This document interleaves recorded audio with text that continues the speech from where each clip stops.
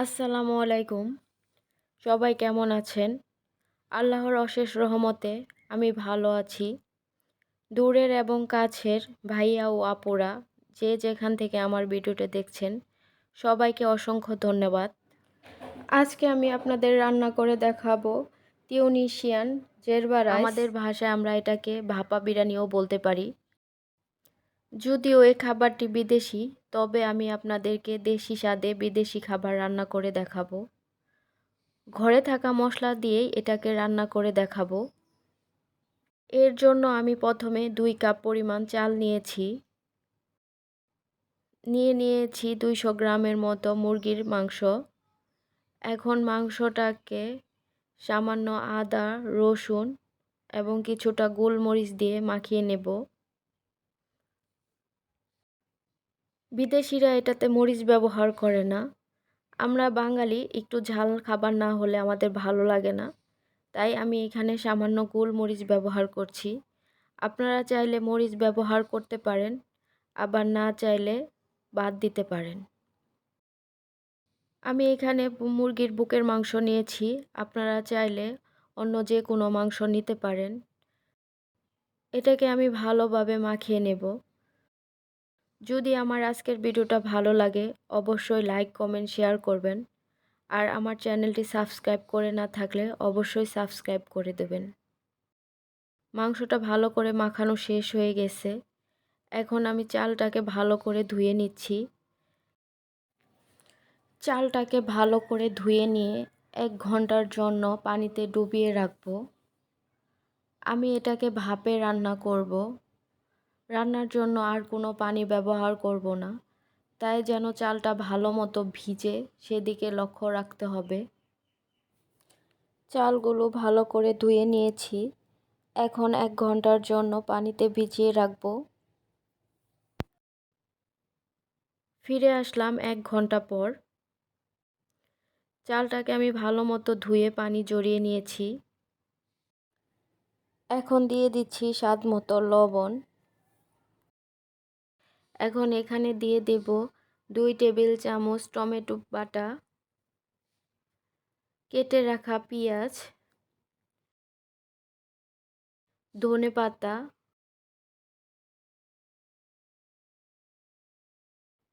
পালং শাক এবং সরিষার তেল। আমি এখানে সরিষার তেল ব্যবহার করেছি। আপনারা চাইলে অন্য যে কোনো তেল ব্যবহার করতে পারেন।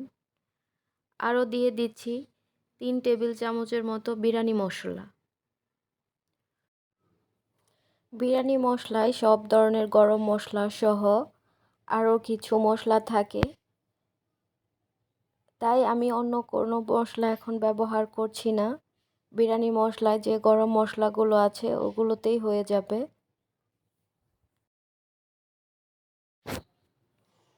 এখন দিয়ে দিচ্ছি আগে থেকে ম্যারিনেট করা মুরগির মাংস।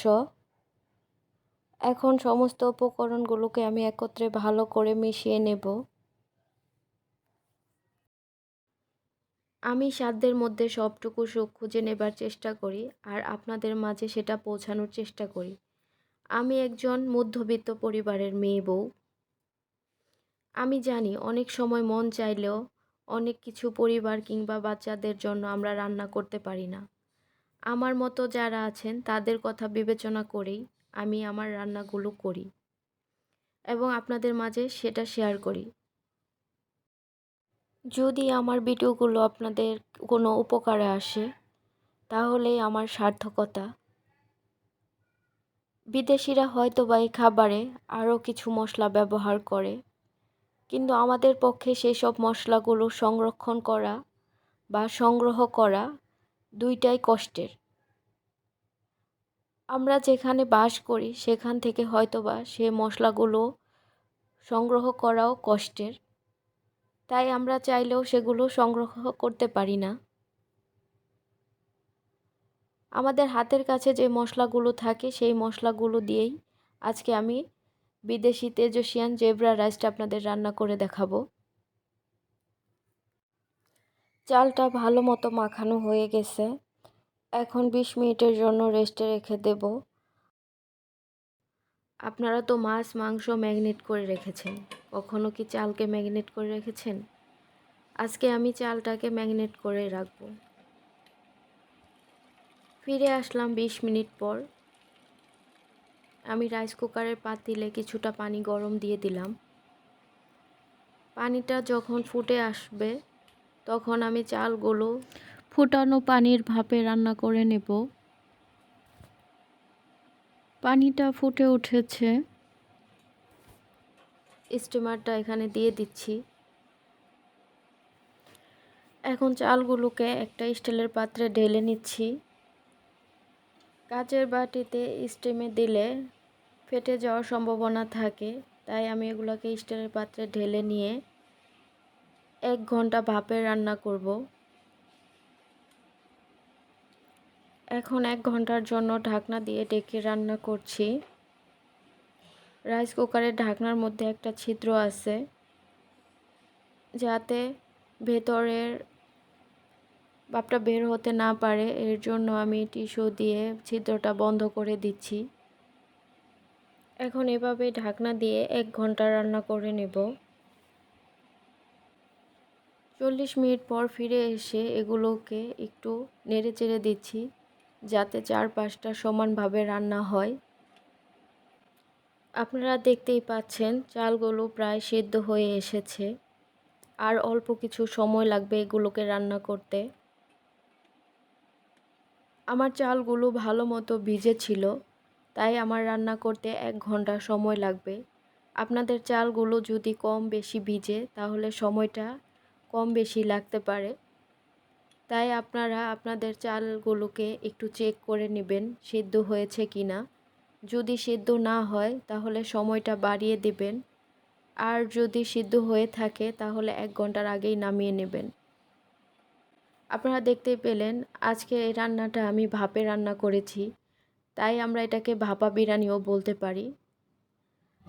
আমার রান্নাটা শেষ হয়ে গেছে, এখন আপনাদেরকে নামিয়ে নিয়ে দেখাচ্ছি কেমন হয়েছে। এ ছিল আমার আজকের রেসিপি, জেরবা রাইস বা ভাপা বিরিয়ানি।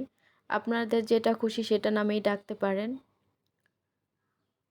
হাতের কাছে থাকা সমস্ত মশলাগুলো দিয়ে আমি আজকের এই বিদেশি রান্নাটা আপনাদেরকে করে দেখালাম। আমার চ্যানেলের নতুন কোনো ভিডিও সবার আগে পাওয়ার জন্য চ্যানেলটি সাবস্ক্রাইব করে দেবেন। আজকের জন্য বিদায় নিচ্ছি, আবার ফিরে আসবো নতুন কোনো রেসিপি নিয়ে। সে পর্যন্ত সবাই ভালো থাকবেন। খোদা হাফেজ।